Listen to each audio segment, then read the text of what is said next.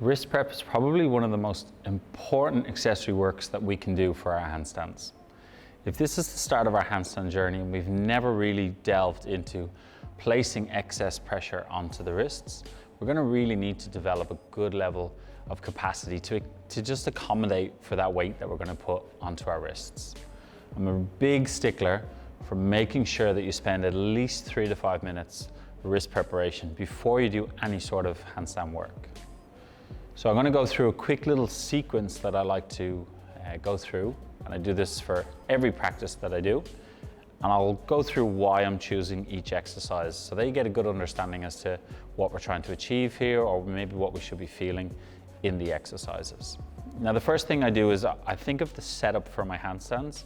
My hands obviously are going to go shoulder width apart because stacking the joints on top of each other is going to be the most efficient way to hold our handstands.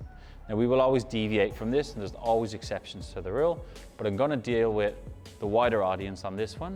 And so let's work with shoulder width apart.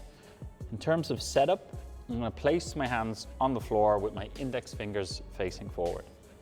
Now what I want to do is I'm going to start to get active through my arms. So I'm going to be pushing the floor away, so really pushing up through my back. From here, all I'm going to do is just to shift my weight forward and back. Now, with this being a handstand focused wrist prep, what I start to get in tune with is actually clawing the floor. So as I go forward now, I'm going to claw the floor, and then I'm going to push my fingers into the floor to bring me back. So I'm going to do that a little bit faster now.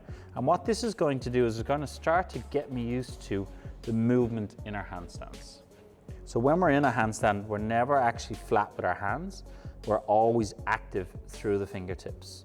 So the more you can get used to this, the better you're going to start to understand the balance aspect coming through the fingertips. From here, we're going to go left and right. Now what we're doing here is just warming up the lateral side of our wrists. So for a lot of us, when we start to delve into balancing on the hands, a lot of the times we start to put too much weight on the outside of our hands, but we actually want to keep on the inside. The outside knuckles are actually part of a floating joint. So by pressing on the inside, it's a more solid surface, it's connected better, and there's less chance of injury if you really get used to keeping pressure down through the wrists, especially here on the inside. Now from there, what I get you to do is you're going to externally rotate. So you're going to bring it back facing towards us. So this is going to put our arm into an externally rotated position. You'll notice that I've started pretty close to my knees. This is just to allow for, if I'm not used to it, it can be quite intense on the forearms. So by starting closer, it allows for a little bit more weight on my lower body. So obviously if I need to make it a bit more intense, then I would just go further away from my knees. Now I'm just going to rep it in and out. All I'm doing here is getting to a level where I can feel a lengthening of the tissue here. And I kind of just stop from that position. I also breathe out as I get into that stretch position, so I'm trying not to hold on to too much tension. From there, I'll just sit back and then I'll hold in this position. Take a couple of big, nice deep breaths. And what I'm trying to do here now is just to feel a nice stretch there on the forearms. From there, I'll shift my weight forward. I'll come back out of that. Now what I'm going to do is I'm going to go inside. So we're going to go internally rotated with the arms. I'll start with them bent, and then I'll push up into a straight position. And then from there, I'm just going to shift my weight forward and back. Now what I want you to focus on here is that you are still active through the shoulder, so I'm pushing the floor away, controlling my breath. And again, it's a little bit more dynamic in the warm-ups here, because obviously I don't want to spend too much time stretching them. What I'm trying to do is just to mobilize them a little bit before we put our weight on them. And from there, we'll just sit back onto the heels, clasp the hands together, roll them out. Now, if this is not a comfortable position, you can always come up higher, okay? We go the opposite direction.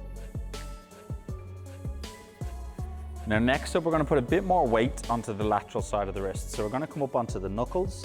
You're going to rock forward, and then as you rock back, you're going to lower down, touch your nose off the floor, push back up, rock forward at the top. Now the same thing applies here. Obviously, the closer your knees are to your hands, the less weight you're putting on the hands. You'll also notice that my shoulders are coming down over my wrists, that's just putting more weight on the wrists. So I can always sit back a little bit if I need to. So just listen to your own body on this one, make the wise decision, and just pick a level where it's most challenging for you. From there, we come back onto the flat of our hands. Now we're going to press our knuckles down into the floor, and I'm going to raise the heel of my palm.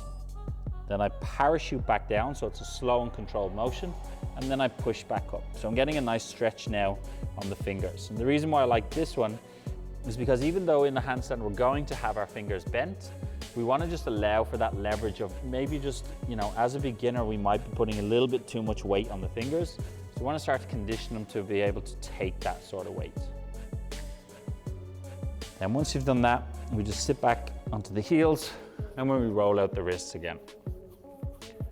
Now that usually takes about 3 to 5 minutes, but I am pretty strict on that because, again, we want to be building capacity to allow us to continually train our handstands.